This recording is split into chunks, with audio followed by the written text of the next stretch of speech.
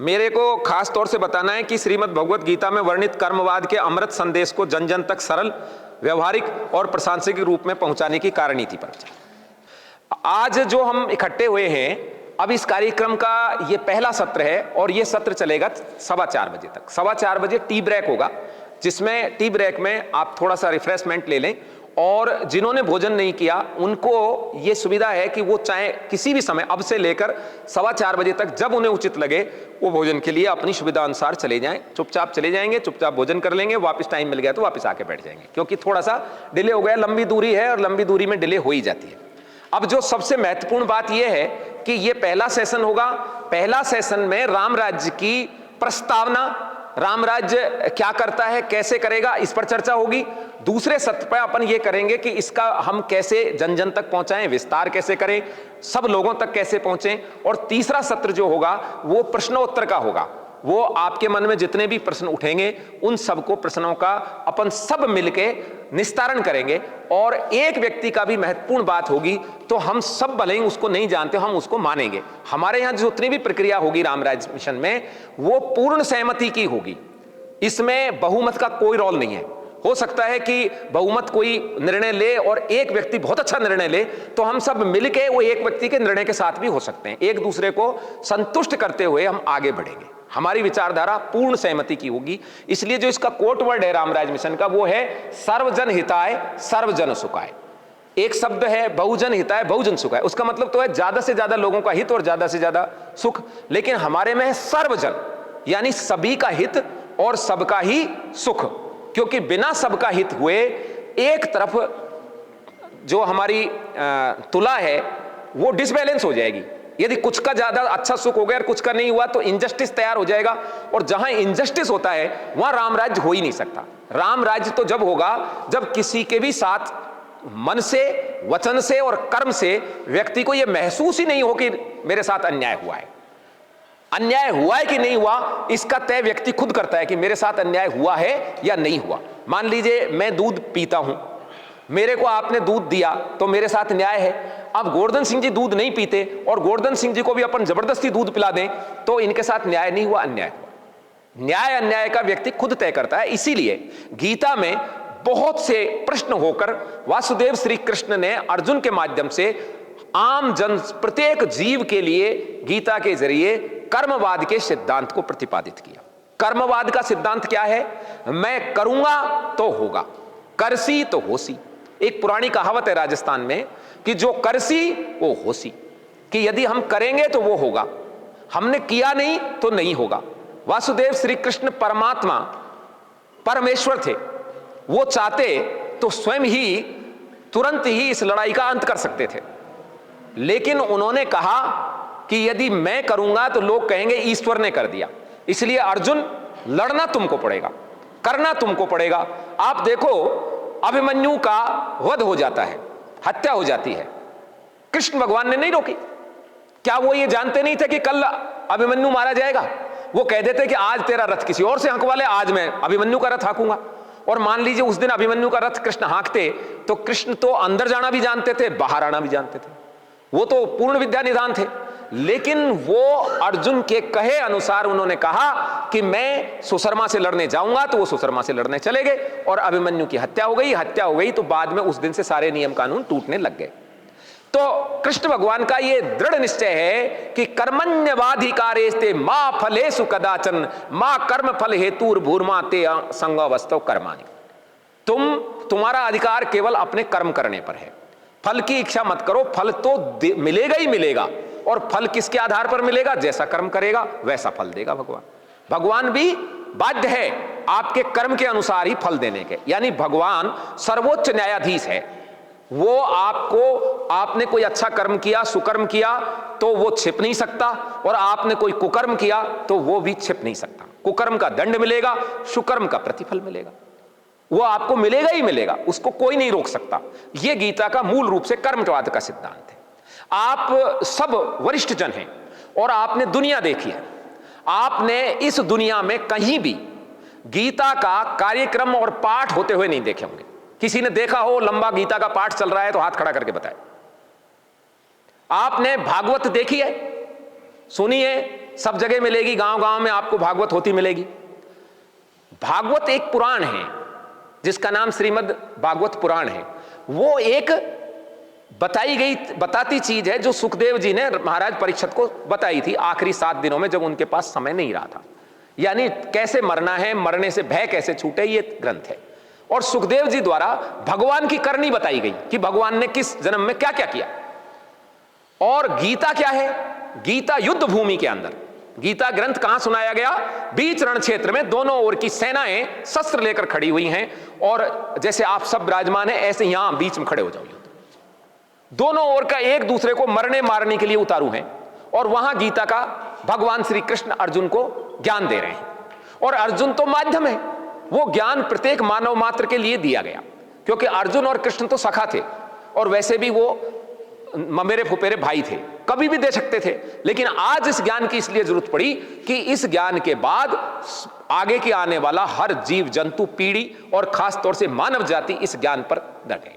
कई लोगों का मानना है कि गीता श्री कृष्ण ने अर्जुन को सुनाई, यह भी गलत है। गीता श्री कृष्ण ने अर्जुन को दोबारा सुनाई। गीता तो पहले से ही थी।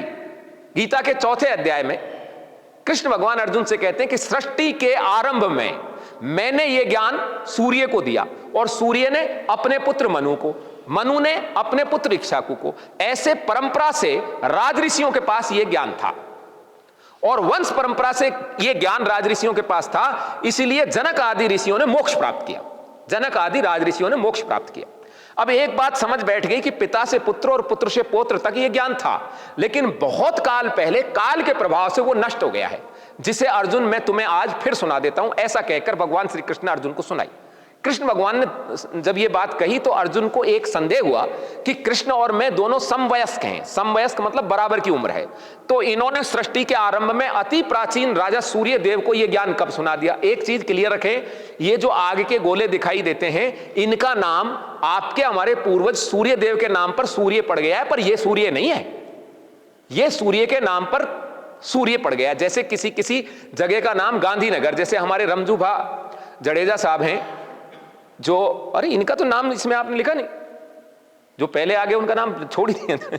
आदरणीय रमजूभा जडेजा साहब हमारे बीच में हैं, जो गुजरात की समस्त राजपूत संगठनों की संकलन समिति के कोऑर्डिनेटर हैं, और जितने बड़े आंदोलन वहां गुजरात में हुए उन सब पे महत्वपूर्ण भूमिका निभाई उन्होंने। अनिल जी सिसोदिया जी हमारे बीच में हैं, भवानी सिंह जी का नाम लिख दिया, सिसोदिया साहब का नहीं। तो सब लोग हमारे बीच में, इसीलिए कहा था कि किसी का भूल जाऊं तो मुझे क्षमा कर दीजिएगा। तो वहां पर गुजरात के अंदर गांधीनगर में रहते हैं ये। अब मुझे ये बताओ, गांधीनगर जो जगह है ये बापू है या बापू के नाम पर इस जगह का नाम गांधीनगर रखा गया? बापू के नाम पर इस जगह का नाम गांधीनगर रखा गया था, ये तो शहर ही है। ऐसे ही इन ग्रहों का नाम हमारे पूर्वजों के नाम पर रखा गया। चंद्रदेव के नाम पर भी चांद का नाम रखा गया, और सूर्य देव के नाम पर इन भगवान भास्कर सूर्य देव का नाम रखा गया। तो सूर्य को सुनाई, सूर्य ने ऐसे पीढ़ी दर पीढ़ी सुनाई दी, जो बहुत काल पहले काल के प्रभाव से नष्ट हो गई। आज मैं तुझे फिर सुना देता हूं, और वो दोबारा सुनाई गई। और अब जो ये दोबारा सुनाई गई है, ये सृष्टि के आरंभ से लेकर आज तक यह है अमृत ज्ञान स्वयं भगवान नारायण के मुख से निकला हुआ है। और नारायण के मुख से निकले हुए इस ज्ञान के कारण हम अपने कर्मवाद के सिद्धांत से अपने अपने जो काम दिया है भगवान ने उसको पूरा कर सकते हैं। एक चीज क्लियर रखना, सत्ता के बगैर कुछ भी नहीं हो सकता। यदि कोई यह सोचे कि सत्ता की अपने को जरूरत नहीं है, तो फिर समझो कि वो सतयुग में रह रहा है। जब तक न्याय अन्याय की लड़ाई रहेगी, न्याय को बचाने के लिए किसी को आगे आना पड़ेगा, और जो आगे आएगा उसे दंड धारण करना पड़ेगा, और दंड का मतलब ही राजदंड होता है। इसीलिए कोई भी ईश्वर, हमारे यहां आपने मूर्ति देखी होगी, हम बंसी बजाने वाले कृष्ण भगवान के पुजारी नहीं हैं, हम सुदर्शन चक्रधारी कृष्ण के पुजारी हैं, जो जरूरत पड़ने पर 2 मिनट के अंदर दंड दे सकते हैं। भगवान श्री कृष्ण का बचपन है बंसी वाले। जब कृष्ण भगवान स्वयं ही बड़े हो गए, तो हम क्यों नहीं बड़े करें उनको? हम खाली छोटे ही क्यों रखें? हमको भी तो बड़े करने पड़ेंगे। बचपन में जो किया गया काम, उसको हम इस उम्र में यदि काम करेंगे तो काम नहीं चलेगा ना। बचपन का वो रूप बचपन के लिए है, और युवा अवस्था का रूप उनका सुदर्शन चक्रधारी है। और हर एक अर्जुन का रथ हाँकने वाला है उनका। अर्जुन कौन? जो धर्म की लड़ाई लड़े, जो अन्याय के खिलाफ लड़े, उसका रथ हाँकेंगे, वो कौन कहलाते हैं? वो वासुदेव श्री कृष्ण कहलाते हैं। इसलिए हमारे यहां कृष्ण भगवान की पूजा ही है। धनुष बाण और शस्त्र के बिना कोई राम नहीं होता। शस्त्रधारियों में राम, इसीलिए भगवान कृष्ण ने अर्जुन को बताया। इसलिए हमारे श्री राम के हाथ में धनुष और बाण सहित और शस्त्र तलवार वगैरह सब होती है। हमको चाहिए दंड धारण करने की शक्ति। यदि हम दंड धारण करने की शक्ति नहीं रखेंगे तो आज नहीं तो कल, कल नहीं तो परसों, परसों नहीं तो वर्षों बाद नष्ट हो जाएंगे। अब इस दंड को धारण करने के लिए धर्म राज्य की कायम होना चाहिए। धर्म राज्य का नाम ही राम राज्य है। राम राज्य आज की तारीख में ऐसा बन गया है कि कोई एक पार्टी विशेष से जोड़ दे, बिल्कुल नहीं। राम राज्य का मतलब है राम जैसा राज्य, जिसमें साधारण सा व्यक्ति राजा से अपनी तुलना कर सके और उस तुलना के अनुसार राजा को अपने उस एक व्यक्ति के लिए अपने सुख को त्यागना पड़ जाए, अपने कंफर्ट जोन से बाहर निकलना पड़ जाए, वो है राम राज्य। राम राज्य में व्यापारी अपने व्यापार को करता रहे और सुरक्षित रहे। आज क्या है, व्यापारी को ही सेना रखनी पड़ती है, व्यापारी को भी पीएसओ रखना पड़ता है। ये तो गलत है। व्यापारी व्यापार करेगा, पीएसओ क्यों रखेगा? इसीलिए राम राज्य के अंदर सबको बराबरी का अधिकार मिलता है, साधारण से व्यक्ति भी और राज परिवार के सदस्य भी। राम राज्य में राजा वन में चला जाता है, कोई दिक्कत नहीं है। राम राज्य में राजा वनवासियों के साथ रहता है। राम राज्य में राजा यदि शत्रु का मित्र भी मिलने आ जाए और सही धर्म के रास्ते पाए तो बायस्ड नहीं होता, बल्कि उसका भी राज तिलक कर देता है। राम राज्य में एक बाली और एक सुग्रीव, दोनों सगे भाई, सुग्रीव के साथ अन्याय देखकर राम जी बाली को मार देते हैं और फिर बाली के बेटे अंगद को वापस सत्ता दे देते हैं। तो कुल मिला के बात ऐसी, उठा भी लो और बुला भी लो, कुल मिला के बात यह है कि राम राज्य में सबको समानता का, बराबरी का अधिकार मिलता है। अब इस राम राज्य को सृष्टि तब से लेकर त्रेता युग से लेकर आज तक ये राम राज्य लोगों के लिए एक दिवा स्वप्न बना हुआ है। लेकिन इसको हकीकत कौन उतार सकता है धरती पर? इसको हकीकत में धरती पर उतारा तो जा सकता है, लेकिन उसके लिए टूल चाहिए हमको, और वो टूल का नाम है श्री कृष्ण गीता। वो 700 श्लोक जो वासुदेव श्री कृष्ण ने युद्ध भूमि में अर्जुन को सुनाए, उन 700 श्लोकों को जन जन तक पहुंचा दिया जाए तो निश्चित रूप से रामराज आके रहेगा। ऐसी मेरी व्यक्तिगत रूप से मेरा मानना है। यदि व्यक्ति अपना काम करने लग जाए तो दूसरे के काम में दखलंदाजी नहीं होगी तो रामराज आएगा। हम सब अपने आप को सनातनी बोलते हैं। कोई एक आदमी हाथ खड़ा करके बताए कि गीता के सारे श्लोकों को मैंने पढ़ा है, बताए? नहीं। हम कैसे सनातनी? नहीं है। क्या किसी भी मुसलमानों की सभा में कोई भी आदमी ऐसा मिल जाएगा जो ये कह दे कि मैं कुरान नहीं पढ़ता? मिलेगा क्या? नहीं मिलेगा। ईसाइयों में कोई मिलेगा जो कहे मैं बाइबल नहीं पढ़ता? तो ये बीमारी हमारे अंदर ही क्यों आई है कि हम अपने आप को दुनिया के सर्वश्रेष्ठ मानव कहते हैं ना। हम अपने आप को, हम कहते हैं हमारी भारत भूमि ही स्वर्ग भूमि है, हम कहते हैं हम सनातनी ही सर्वश्रेष्ठ हैं, फिर भी हम सनातनी जिससे बने हैं उस गीता के बारे में बिल्कुल असंवेदनशील हैं। हमारे घर में गीता है पर उसमें अगरबत्ती लगाने के लिए, पूजा करने के लिए, हम उसको खोलकर नहीं पढ़ते। इसके पीछे कारण भी है। कुछ शत्रुओं ने यह भी कह दिया कि महाभारत घर में नहीं रहनी चाहिए। वो जानते थे कि सीधे सीधे कहेंगे गीता घर में नहीं रहनी चाहिए तो आदमी मानेगा नहीं, तो उन्होंने कहा महाभारत घर में नहीं रहनी चाहिए और गीता महाभारत का पार्ट है, तो हमने पूजा के घर में गीता रख दी। पर गीता को हम पढ़ते नहीं, समझते नहीं और उतारते भी नहीं जीवन में। अब संस्कृत के मूल श्लोकों में यदि अपन गीता पहुंचाएंगे तो लोग भाग जाएंगे, वो सोचेंगे यार पता नहीं क्या बोल रहे हैं। अभी मैंने मंत्र बोले, आप में से किसी के समझ आए, किसी के नहीं आए। आप सुन तो लिए श्रद्धा की वजह से, लेकिन समझ नहीं आई। तो गीता को अत्यंत सरल भाषा में, आज की भाषा में, देसी भाषा में, उन्हीं शब्दों के साथ जन जन तक यदि पहुंचा दिया जाए तो मेरा ऐसा मानना है।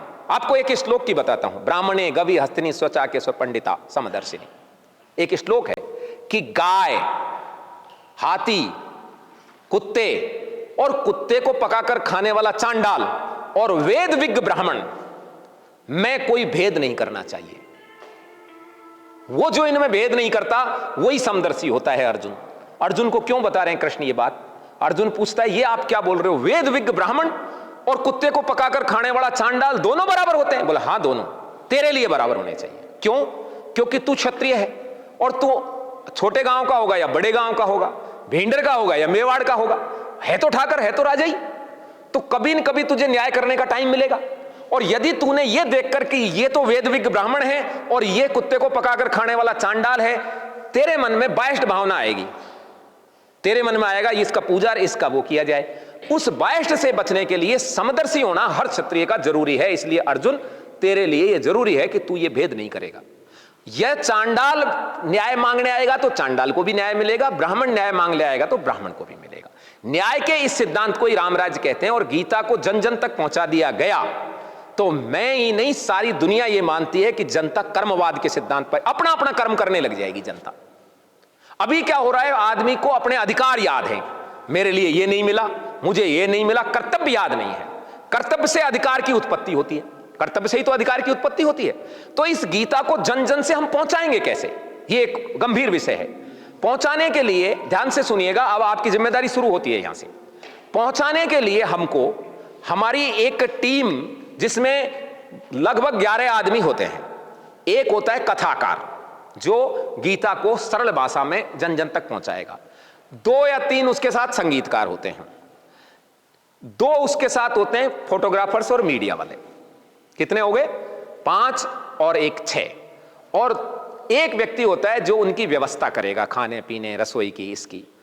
और 3 व्यक्ति हमारे इस काम में मार्केटिंग टीम के। मार्केटिंग टीम के मतलब है रामराज मिशन की इस विचारधारा को जन जन तक पहुंचाना। जैसे भागवत चलती है, कथा चलती है, ऐसे कि ऐसे गीता का अपने को 5 दिन और 7 दिन का कार्यक्रम करते हैं। उन 5-7 दिन का जब अपन कार्यक्रम करते हैं, वहां 200, 250, 300, 500 और आगे जितने भी हों, जब वो सुनेंगे तो मानव स्वभाव कहता है एक बार में सुनी गई बात में 50% लोग, 40% लोगों के समझ बैठती है, 40% के नहीं बैठती। फिर दोबारा सुनेंगे तो उनके 20-30 के और बैठेगी। टोटल मिला के 3 बार यदि एक ही चीज को एक ही तरीके से समझा दिया जाए तो 70-80% लोगों को कवर हो जाता है। इस तरह की यदि गीता का हम पाठ रामायण महाभारत की तरह, इसके भागवत की तरह जन जन तक अपन करने लग गए तो निश्चित रूप से जनता के अंदर इस गीता का चलन हो जाएगा। और हम रामराज मिशन वाले चाहते हैं कि छोटा सा एक अध्याय का पाठ तो आदमी डेली करे। हनुमान चालीसा की तर्ज पर आदरणीय सवाई सिंह जी नरूका साहब ने गीता के संस्कृत के श्लोकों को काव्यात्मक कर दिया। जो कभी आपने मेरा देखा होगा, रामराज मिशन के तहत जब गीता के पाठ होते हैं तो एक काव्य में गाई जाती है, वो काव्य में सवाई सिंह जी ने तैयार की। और उसमें कभी रामवंश की आवाज में, कभी रवि के रावत की आवाज में हम उसको काव्यात्मक देते हैं। और भी अपन तैयार कर लेंगे इसका, ताकि लोगों में इस छोटे से अध्याय को पढ़ने की रोजाना की चल जाए तो वो गीता के कर्मवाद के सिद्धांत पर आ जाए। गीता का कर्मवाद के सिद्धांत ही व्यक्ति अपने अपने कर्म पर आ जाएगा। ये जो हमारी टीम बनेगी, इन टीमों का काम भी यही है कि हम जन जन तक गीता फिजिकली भी पहुंचाएं और मेंटली भी पहुंचाएं। ये गीता पहुंच जाएगी तो रामराज के लिए एक निश्चित रूप से जगह बन जाएगी। इसके प्रचार प्रसार के लिए पूरी सेंटर कमेटी, स्टेट कमेटी और डिस्ट्रिक्ट कमेटी तक ये जाएगी। जब सेंटर की जो अपनी ये राष्ट्रीय संचालन समिति है, इस राष्ट्रीय संचालन समिति में प्रत्येक व्यक्ति को ये जिम्मेदारी दी जाएगी कि वो किस क्षेत्र में कहां पर ये काम कर पाएगा। उसकी स्वेच्छा भी चलेगी और मिशन की भी स्वेच्छा। मान लीजिए गुड़गांव में 4 हो गए तो एक को गुड़गांव की जगह हम झज्जर दे देंगे कि भाई उसके नजदीक रह जाए। मान लीजिए फरीदाबाद में 5 हो गए तो उसको एक को पलवल दे देंगे। ऐसे सुविधा के अनुसार अपन कर लेंगे। इस पर डिस्कशन अपना जो सेकंड सत्र है उसमें अपन कर लेंगे। और अभी मैं जो कहना चाहता था, मुझे लगता है मेरी बात पूरी हो गई है। और जब जरूरत पड़ेगी तो आपस में और लोग साथीगण इस बात को बता पाएंगे। जय रघुनाथ जी।